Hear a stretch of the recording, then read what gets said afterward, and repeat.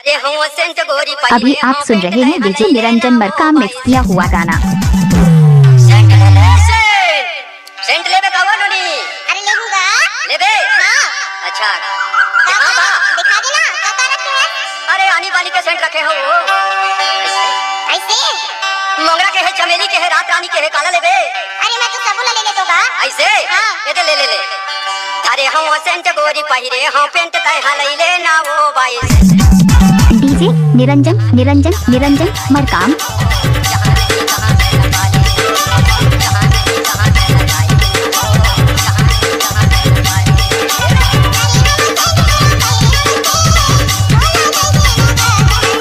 DJ Niranjan Markam.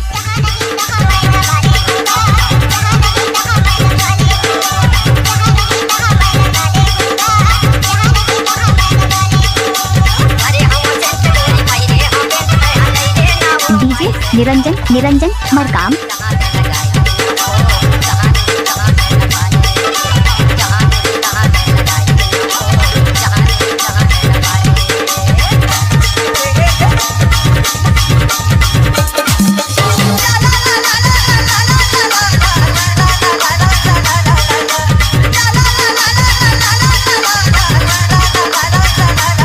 DJ Niranjan Markam.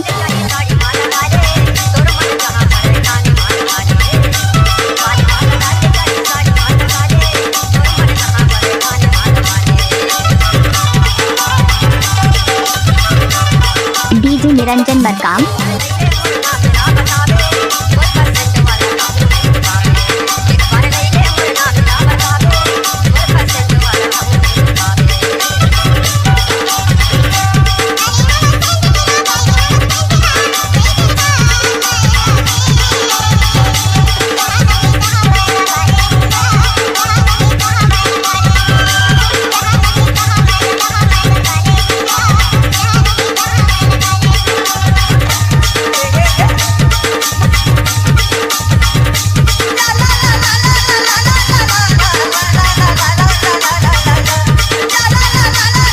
आपने सुना ही होगा डीजे निरंजन मरकामा मटोला वाले।